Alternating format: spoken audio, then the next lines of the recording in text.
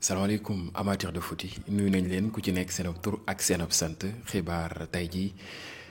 4 mai 2025 ci wàllu tàggat yaram dañuy wax ci Pedri ovation yi nga xam ne ak éloge yi nga xam ne jot na ko jëmee ci jóge ci kookee ñu naan ko mën naa ni Toni Kroos jëmee ci l'espagnol boobee ñu naan ko Pedri mais balaa dara dañ leen ni jox yenn xibaar match yi nga xam ne jot naa am tey ci bésub tey ji yu ci bëri mu ngi noone ñu waxtaanee ko après soo dugg ci jëmm joojee di Pedri foofee ca France nag Lens bu ñoom Nampalys Mendy nag ñoo jàpp Olympique Lyonnais dóor ko par la marque de 2-1 mu doon match boo xam ne nii métti woon na yëngu tegu ci temps mi à la 85e minute à la 79e minute ba jàpp à la 21e minute ca bi jot a dugg l'OL s'incline à domicile et perd 3 points précieux dans la course de la Ligue des Champions kooku di Olympique Lyonnais nag mu ngi ñàkk ay pas pour dem qualifier Ligue des Champions ñu ngi xaar mbir mi nan la nar a demee ak nan la naka la en tout cas kookee di Lens daal wane na boppam lancé boppam kookee ñu naan ko nag Brest bu ñoom Abdallah Sima nag ñoo dóor 1-0 kookee di Montpellier mu ngi noonu mu doon une belle équipe boobee di moo Brest ñoomee nga xam ne nag ren Ligue des Champions bi jot nañu def ay surprise Brest ba Montpellier reste à 1 point du RC Lens nouvelle défaite de Montpellier moomee nga xam ne nag wàcc nañ deuxième division et c'est quelque chose boo xam ne nii lu leen indil problème la c'est vraiment triste mu ngi noonu ngeen xamee ko noonu waaye gars yi kookee ñu naan ko mën naa ni Chelsea nag tey jii wane na boppam ci kaw kookee ñu naan ko mën naa ni Liverpool mu doon match boo xam ne nii sentir nañ ne que les Blues góorgóorlu nañ wane seen bopp waaye kookee di Liverpool nag tu sens que ni ñoom jël nañ championnat bi rek ça va.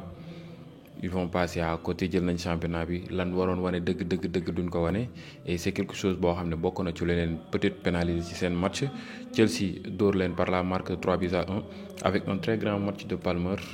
Enzo Fernandez sunu nekk waa Jackson international sénégalais moom daanaka presque 60e minute jëm kaw ci la génn kooku di Palmer nag mi def un très bon match génn na nag ba tontu ñi koy clash ci réseaux sociaux yi neen dafa bëri ay idiot ak ay merde ci réseaux sociaux yi ngeen baal ma ci kàddu ñoo xam ne daal wax rek la ñuy def moo tax ñooñu nee na du leen tontu ñooñu daal mën naa ni dañ koy motiver à ce que muy gën di góorgóorlu di avancer di jëm ca kanam a kanam motivation daal lay doon ci ñooñu wax yooyu nga xam ne ñu ngi koy wax kookee ñu naan ko mën naa ni le joueur boobee ñu naan ko Palmer waaye gars yi Enzo Fernandez tey ci match bi il était monstrueux exceptionnel gis ngeen voir détails yi nga xam ne moom lañ affiché noonu ci tableau bi joueur bi course yi nga xam ne jot na koo def fi nga xam ne disponible woon na fa fépp mais c'était exceptionnel ce gars il était en feu ci match bi nga xam ne doon na ko football contre Liverpool un très bon joueur peut-être ren seen saison daal moo demeewul noonu mu ngi noonu mais xam naa ni déwén il faut revenir en force am naa ci yaakaar nag niñ footballee nii moom ça va mu ngi noonee dem foofee ca championnat Espagne nag Leganés nag dafa nul 2 partout moo kookee ñu naan ko FC Séville mu ngi noonu mu doon match boo xam ne ni FC Séville ak Leganés victoire mujj fa am pas de vainqueur à Séville mais un match nul qui ne fait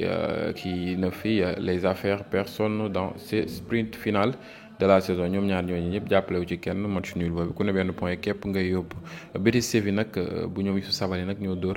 2-1 Espagnol de Barcelone avec un but exceptionnel de Koké ñu naan ko mën naa ni Anthony mi nga xam ne mag moo délivré Koké di Betis Séville jox leen victoire bi finale à la 90e minute jëm kaw ci temps additionnel et c'est un joueur très intéressant avec Koké di Betis Séville 14 contributions cette saison te hiver bi rek la fa ñëw mi-saison bi en tout cas c'est un joueur qui mérite beaucoup de respect kooku ñaan ko Anthony nag il a montré quelque chose d'exceptionnel mu ngi noonee ba tey nag delluwaat Ligue 1 française Nantes nag moo dóor Angers moo ko fekk si dóor ko 1-0 victoire décisive d'Angers dans la lutte pour le maintien Nantes reste à 4 points du Havre AC barragiste Nantes nag 4 points képp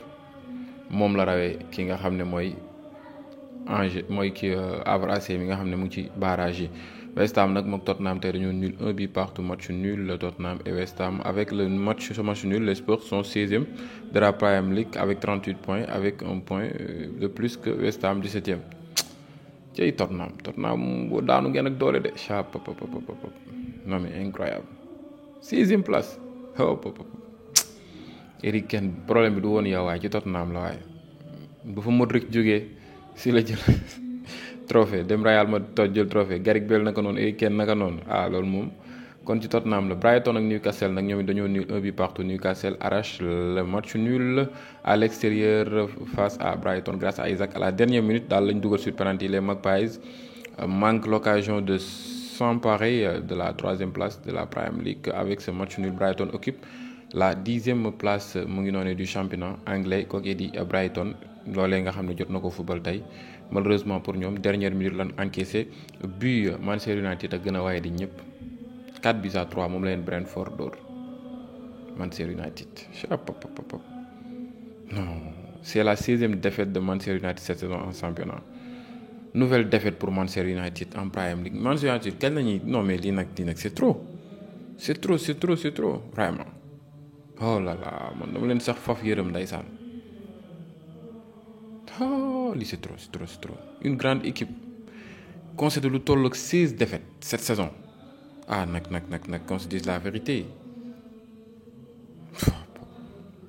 Italie nag la ñuy terminer mbir mi kookee di Atalanta nag moo dóor 4-0 kookee ñu naan ko mën naa ni Monza. gars yi kookee ñu naan ko AS Rome nag mën naa ni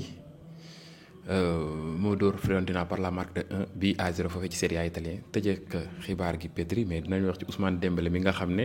actuellement daa mel ni commencé na entraînement am ak kookee ñu naan ko Paris Saint-Germain entraînement collectif te ñoom am nañ yaakaar que ni il peut venir ci diggante bi ba football seen match demi-finale retour contre kookee di Arsenal mu doon match boo xam ne nar na metti yëngu neex tegu ci temps ñu ngi xaar mbir yi nan la nar a demee ak nan la naka la lépp lu ci mën ci am dangeen ko jot ci njekk ak teranga. dañuy ñëw ci Pedri dina leen ko traduire en wolof ca la nga xam ne moom la ko Toni Kroos wax. Toni Kroos tàgg na ko trop te lam ko tàgg noonu moom non loolu jéggi na dayoo. Toni Kroos dama leen koy liiral en français ba pare nag discours bu gudd la ma soog ko tekki ci wolof. nee na kookee di Pedri à mes yeux un joueur comme Pedri est presque plus important que Lamine Yamal. waaye nee na ci ay gis-gisam bëtam joueur mel ni Pedri moo ko par importance Lamine Yamal, Rafinha ou même sax Lewandowski. nee na ce sont eux qui décident de l'issue des matchs. nee na nag mais pour y parvenir Pedri est actuellement le meilleur joueur au monde à son poste. ñoomee nag genre joueur yu mel ni Pedri match ba ñooy xool nu mu neexee nu mu war koo demee moo xam day avancer ñu avancer dañuy arrière wala dañuy temporiser wala dañuy organiser bu koy occasion yi sax ñoom ñoo koy créer ñooy débloquer situation yi. nee na Pedri en général est un joueur dont tu ressens l'absence quand il ne joue pas. Pedri en général joueur yu mel na la yoo xam ne nii buñ footballu rek da ngay yëg ne ñi manqué nañ ci terrain bi. peu importe l'adversaire ak adversaire boo mënti jàkkaarlool il ne se contente pas de marquer ou de faire des passes décisives, il apporte des solutions. nee na nag du nekk fii di la dugalal ay bii wala di la paasal defal passe di la ko lijjanti non da lay lijjanti solution la lay indil bu ko defee yow nga terminer les choses. nee na j'ai observé ce que Pedri fait cette saison xool naa li Pedri def saison ren bi et rien qu'en Ligue des Champions il surclasse ses adversaires à chaque match. En Liga est encore plus flagrant. nee na même Ligue des Champions day dépasser ay adversaires am dafa leer nan jéeg seen kaw jéggi dayoo ba ci Liga espagnole bi aussi tamit dafa gën a leer ci li ni mel. il bat des défenseurs en moyenne 11 à 12 fois par match. Pedri mooy def ay récupération di marquer ba ngay foog ne ci seen défenseur bay romb sax défenseur nombre de marquage yi nga xam doon récupération yi nga xam def nañ ko ci wàllu bal par match.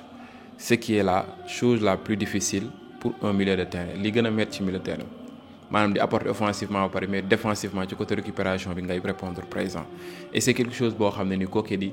mën naa ni Toni Kroos wax na ko ci Pedri ba pare yemul foofu. nee na c'est le meilleur et quand tu perds un joueur comme lui tu le remarques tout de suite. Pedri est l'un des rares milieux de terrain à son poste à avoir ce talent de pouvoir éliminer quelqu'un avec un seul dribble dans des espaces restreints. Un joueur comme Pedri t'aide dans toutes les phases de jeu.